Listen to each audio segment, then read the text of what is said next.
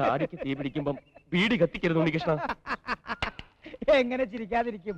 ചട്ടനെ പൊട്ടൻ ചതിച്ച ഇങ്ങനെ കിടന്ന് ഇളിക്കാതെ എന്റെ അവസ്ഥ മനസ്സിലാക്കിയിട്ട് എന്തെങ്കിലും ഒരു വഴി പറഞ്ഞാടാ. ഇനി ഞാൻ ആലോചിച്ചിട്ട് ഒറ്റ വഴിയുള്ളൂ. വേഗം പറ. നിനക്ക് വേണ്ടി ഞാൻ പ്രാർത്ഥിക്കാം. ശവത്തി കുത്തരുത്. എന്നെ കുരുക്കിന്ന് ഊരാക്കുടിക്കിലേക്ക് ആക്കിയതിന് ദൈവം ഓൺ ദി സ്പോട്ടിൽ തന്ന ശിക്ഷയാണത്. അല്ലെങ്കിലും അവളെ കൊണ്ടുപോയതിന് നിനക്കെന്തത്ര വിഷമം? നിന്റെ പ്ലാൻ പോലെല്ലാം നടന്നില്ലേ? കൂടെ താമസിക്കാൻ അസലൊരു പെണ്ണും പിന്നെ അവളുടെ സ്വർണവും മറ്റോ അടിച്ചു മാറ്റിട്ടുണ്ടെങ്കിൽ അതും നിനക്ക് മുതലായില്ലേ? ഇനി അവള് പോയാലെന്ത് വന്നാലെന്ത്? ഉണ്ണികൃഷ്ണ, അവളെന്റെ ഭാര്യയാണ്. ഭാര്യ? ആ വാക്കിന്റെ അർത്ഥം എവിടാ നിനക്ക്? അറിയില്ലായിരുന്നു ഇതുവരെ.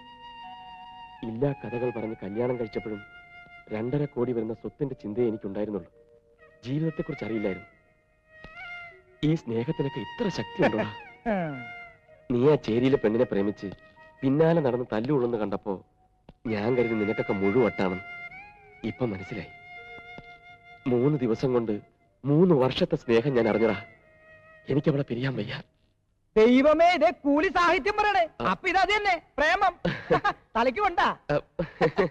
അപ്പൊ മുതലാളിയായാലും തൊഴിലാളിയായാലും പ്രേമം എന്നൊക്കെ പറഞ്ഞാ ഒന്ന് തന്നെ അല്ലേ? സത്യമെല്ലാം തുറന്നു പറഞ്ഞേക്കട്ടടാ. നീ വരൂ എന്റെ കൂടെ. ഇല്ല, ഈ തല്ലുകൊള്ളു പരിപാടി എല്ലാം ഞാൻ നിർത്തി. നീ അവിടെ ചെന്ന് ഓരോന്ന് പറഞ്ഞ് വെറുതെ ശരീരം കേടാക്കാൻ നോക്കണ്ട. ഞാൻ തീരുമാനിച്ചു. എല്ലാം പറഞ്ഞിട്ട് ഞാൻ അവളെ വിളിക്കും.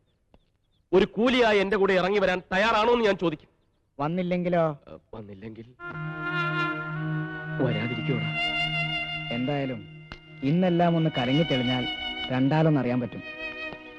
എന്റെ ജീവിതവും രക്ഷപ്പെടും. നിക്ക്. നമ്മൾ ആദ്യം പോകുന്നത് നിന്റെ പെണ്ണിന്റെ അടുത്തേക്കല്ല, പിന്നെ എന്റെ അച്ഛന്റെ അടുത്തേക്ക്. സത്യാവസ്ഥ ബോധിപ്പിക്കണല്ലോ. ഞാൻ പെണ്ണ് കെട്ടിയിട്ടില്ല എന്ന് അറിയിക്കണമല്ലോ. എന്നിട്ട് നിന്റെ കൂടെ ഞാൻ എന്തിനും തയ്യാറാ. ഓക്കെ? നിന്റെ ഈ ഇരിപ്പും മട്ടും ഭാവവും കണ്ടാത്തൊന്നും ഇവിടെ ആരും മരിച്ചു. മരിച്ചോ? ഇല്ലല്ലോ.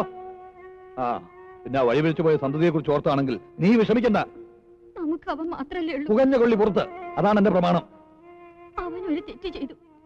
അതും പറഞ്ഞ് എത്ര കാലം അവനെ എങ്ങനെ ശിക്ഷിക്കുന്നേ? ആ തെറ്റവൻ തിരുത്തുന്നത് വരെ. എടി, നന്നായിട്ട് പഠിക്കാൻ ഇവിടെ നിന്നാൽ പോരാ. ഹോസ്റ്റലിൽ തന്നെ പോണമെന്ന് കള്ളം പറഞ്ഞിറങ്ങിയത് ഏതോ ഒരുത്തിയെ പിടിച്ചിറക്കിക്കൊണ്ട് വരാനാണെന്ന് ഞാൻ അറിഞ്ഞില്ലല്ലോ. നിന്നോടെങ്കിലും ഒരു വാക്കവൻ പറഞ്ഞോ? ഇല്ലല്ലോ. സംഭവിക്കേണ്ടത് സംഭവിച്ചു. ഇനി പറഞ്ഞിട്ട് എന്ത് കാര്യം? ആ പെൺകുട്ടിയുടെ അച്ഛൻ ഇവിടെ ഒന്ന് മാപ്പ് ചോദിച്ചില്ലേ?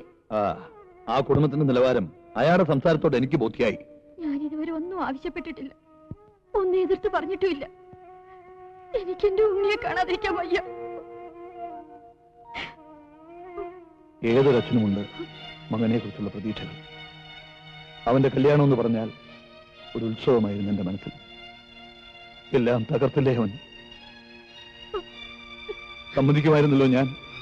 എന്നോടൊരു വാക്ക് മുൻകൂർ പറഞ്ഞിരുന്നെങ്കിൽ നടത്തിക്കൊടുക്കുമായിരുന്നല്ലോ അവന്റെ ഇഷ്ടമുള്ള വിവാഹം. എന്റെ സ്വപ്നം പോലെ തന്നെ. മഹാദേവൻ ആരുടെ മുമ്പിലും തല താഴ്ത്തിയിട്ടില്ല. ഇനിയിപ്പോ നിനക്ക് വേണ്ടി മകന്റെ മുമ്പിൽ താഴണം.